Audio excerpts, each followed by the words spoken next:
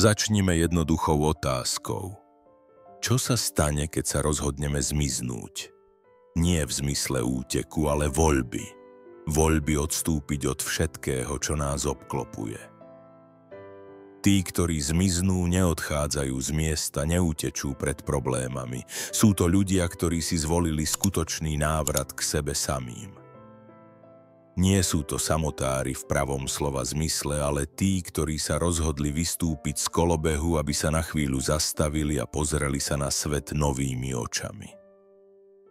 V mnohých kultúrach je osamelosť považovaná za trest. Zostať doma je často chápané ako útek, ako niečo negatívne. Ale čo ak je to práve naopak? Čo ak zostať doma neznamená byť zavretý, ale práve naopak slobodný? V tichu, ktoré nám dáva priestor na introspekciu, nájdeme skutočnú slobodu. Zostať doma, to neznamená byť sám, ale konečne sa pozhovárať sám so sebou. Svet dnes žije v neustálom pohybe. Neustále niečo robíme, aby sme neupadli do prázdnoty. To je niečo, čo nás učí moderná spoločnosť. Byť produktívny, neustále v pohybe, neustále obsadený, neustále vnímaný. Prečo sa teda niektorí ľudia rozhodnú zastaviť? Prečo si vyberú samotu a ako nám môže táto samota priniesť viac, než čo môže dať celý svet?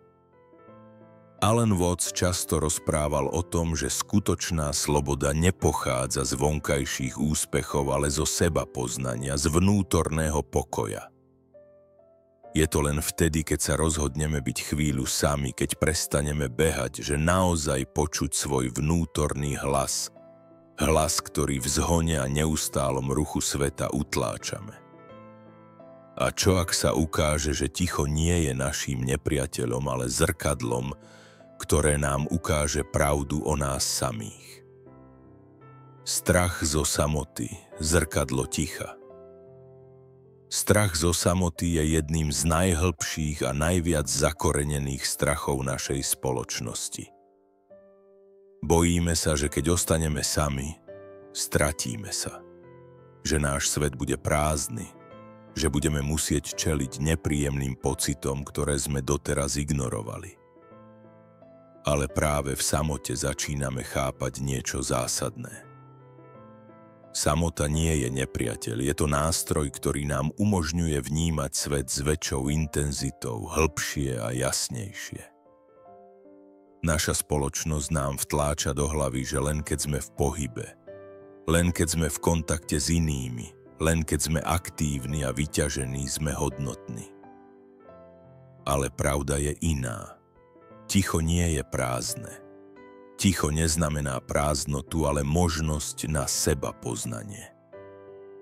Alan Watts o tom často hovoril. Ticho je zrkadlom, ktoré nám ukáže, čo sa skrýva v našich mysliach.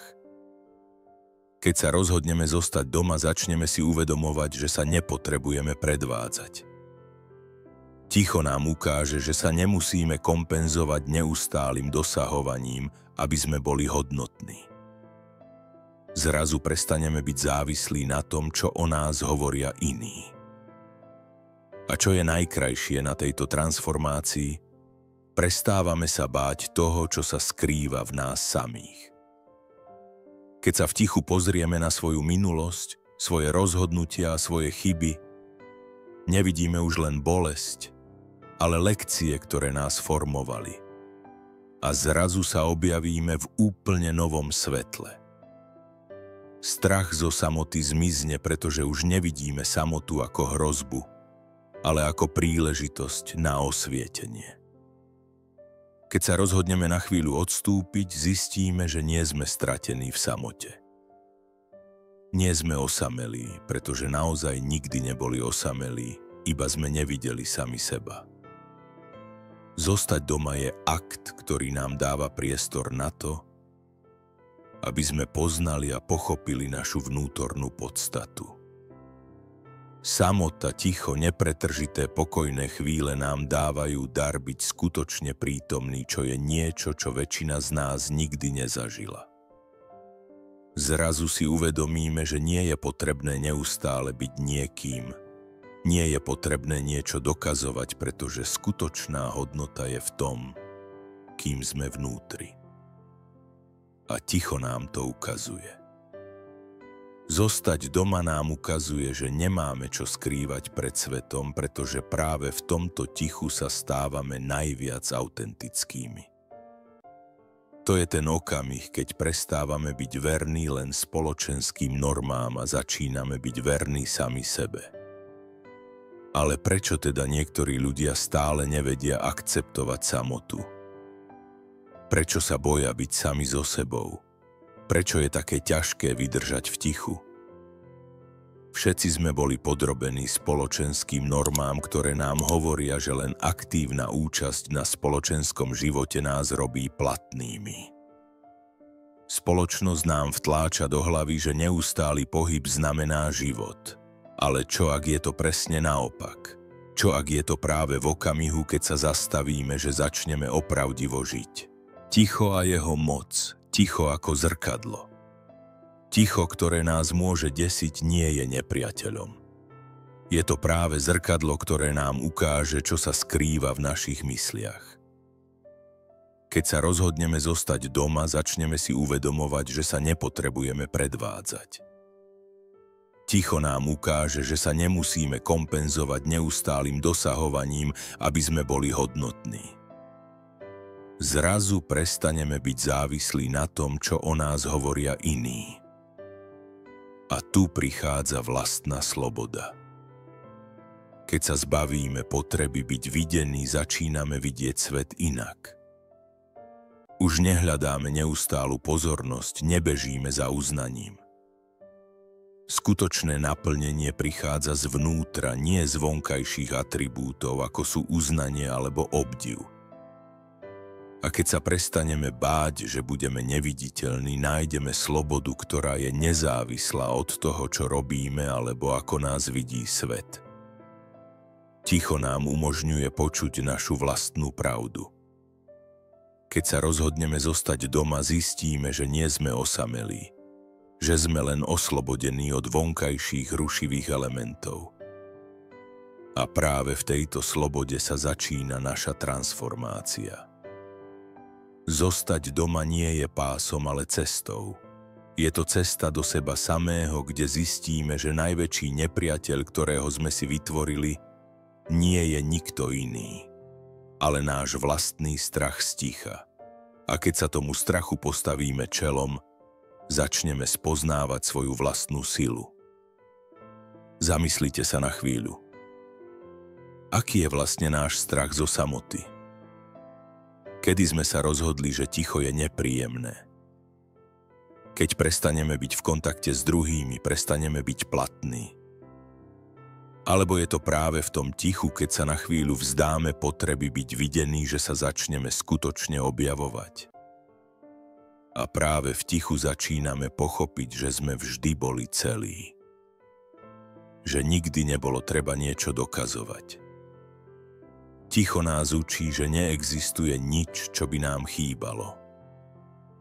Každý moment, každá sekunda života sa stáva cennou, pretože v tichu sa dostávame k podstate toho, čo naozaj sme.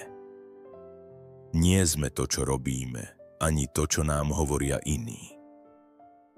Ticho nás učí, že sme to, čo sa nachádza pod všetkými vrstvami, ktoré sme si vytvorili, pod našimi rolami, maskami, predsudkami a očakávaniami. Kto sme, keď sa všetky tieto vrstvy zložia a zostaneme len my, v tom najzákladnejšom a najautentickejšom stave? Zostať doma nám dáva túto možnosť. Prestať utekať pred sebou samým, pretože v samote začíname počuť to, čo je už dávno v nás, len sme to prehliadali. A práve ticho je kľúčom, ktorý nám umožňuje tento hlas konečne počuť. Zostať doma nie je ústup, ale návrat k sebe samému. V dnešnom svete, kde sa od nás očakáva, že budeme stále v pohybe, stále niečo dosahovať a stále sa prezentovať svetu, ticho sa stalo luxusom, ktorý málo kto dokáže skutočne vychutnať. A pritom práve ticho je cesta k slobode. K slobode, ktorá nie je závislá od externých okolností, ale od vnútorného pokoja.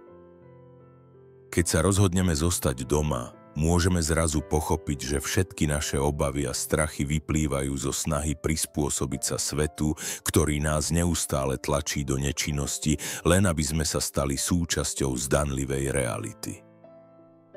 Myseľ nás neustále bombarduje myšlienkami o tom, že niečo musíme robiť, že musíme byť niečím. Ale v tichu, ktoré nám doma ponúka priestor, sa tento tlak zmenšuje. Prestávame sa definovať podľa toho, čo robíme. Vtedy sa začíname pozerať na svet z inej perspektívy.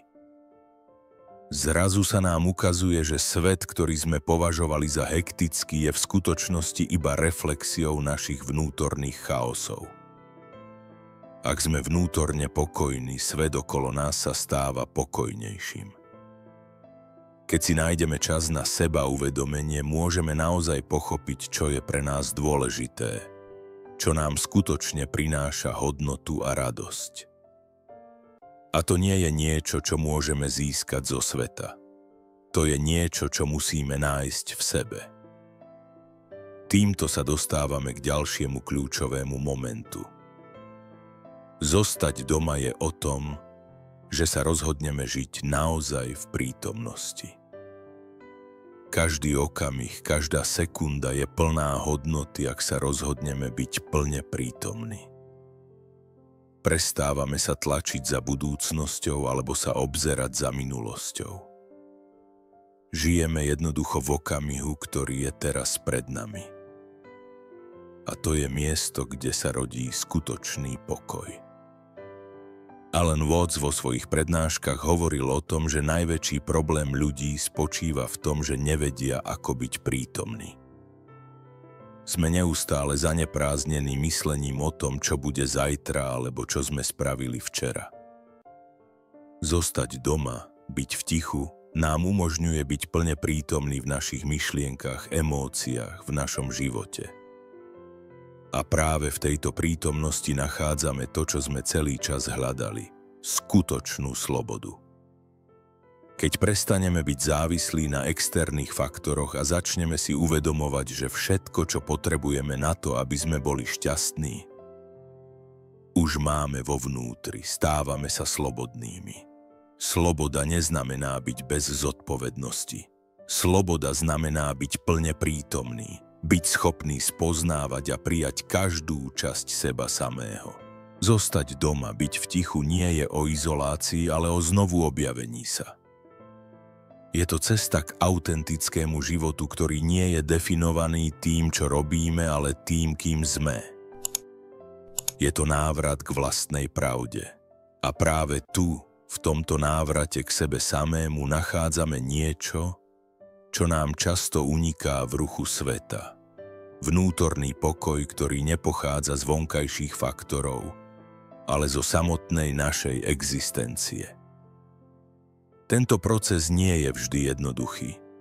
Mnoho ľudí sa bojí byť ticho, pretože v tichu začnú vnímať svoje vlastné pocity, myšlienky, obavy a neistoty. Ale čím dlhšie zostávame v tomto tichu, tým viac si uvedomujeme, že tieto pocity, ktoré sme považovali za prekážky, sú vlastne možnosťami.